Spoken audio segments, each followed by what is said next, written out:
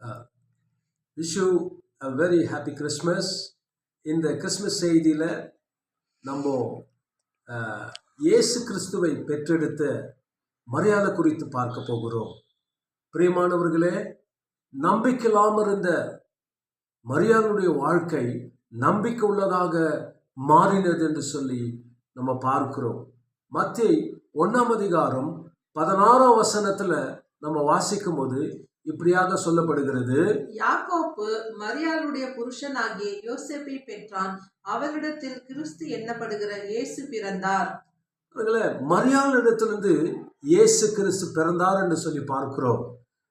கன்னிகையா இருக்கிற மரியாளுக்குள்ள தேவதூதன் வந்து சொல்லுகிறான், நீ கர்ப்பவதியாகி ஒரு குமாரனை பெற்றெடுப்பாய், இயேசு என்று பெயரிடு என்று சொல்லும் போது இல்லைங்களா, அவள் அப்படியே ஆகட்டும் என்று சொல்லி ஒப்பு கொடுத்தபடினால அவள் கர்ப்பவதியாகிறாள்.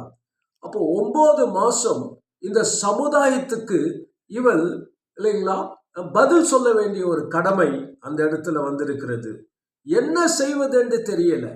ஜனங்க கேட்கிற கேள்விகளுக்கெல்லாம் பதில் சொல்ல வேண்டும். கன்னிகை கர்ப்பவதி ஆகியிருக்கிறாள் என்று சொல்லி கேள்விப்படும் போது இல்லைங்களா எல்லாம் காயப்படுத்துகிறார்கள். எத்தனை பேர் காயப்படுத்தினார்களோ தெரியாது. மரியாள் 9 மாதம் அவள் நம்பிக்கையற்றவர்களாய், ஆனால் கடவுள் சொன்ன அந்த கடவுள் மேலதான் அவங்க நம்பிக்கை வைத்திருந்தாங்க. அந்த 9 மாசம் நம்பிக்கையில்லாத இருந்த அவங்க வாழ்க்கையில ஆண்டவராக இயேசு கிறிஸ்து மேல ஆண்டவர் சொன்ன அந்த வார்த்தையை நம்பி அவர்கள் காத்திருந்தார்கள். அழகான இரட்சகர் இந்த உலகத்துக்கு தந்தார்கள். இன்னைக்கு மேரி என்று சொன்னால் இல்லைங்களா இயேசுனுடைய தாயார் என்று சொல்லி பார்க்கிறோம். ஆனால் இந்த தாயார் வந்ததுக்கு காரணம் நம்பிக்கையில்லாத இருந்த மேரியுடைய வாழ்க்கையில ஆண்டவர் நம்பிக்கையை கொண்டு வந்தார். ஆண்டவராக இயேசு கிறிஸ்து மேல நம்பிக்கை வைத்தபடினாலே நீங்களும் நம்பிக்கையில்லாம இருக்கிறீர்களா? இந்த கிறிஸ்துமஸ் நல்நாளில ஆண்டவராக இயேசு கிறிஸ்து பிறந்ததே உங்களுக்கு நம்பிக்கை கொடுக்க வந்தார். எதிலும் உங்களுக்கு நம்பிக்கை இல்லை. உலகத்துல நம்பிக்கை இல்லாம இருக்கிறீர்களா? இல்ல உங்களோட தனிப்பட்ட வாழ்க்கையில நம்பிக்கை போயிடுச்சா?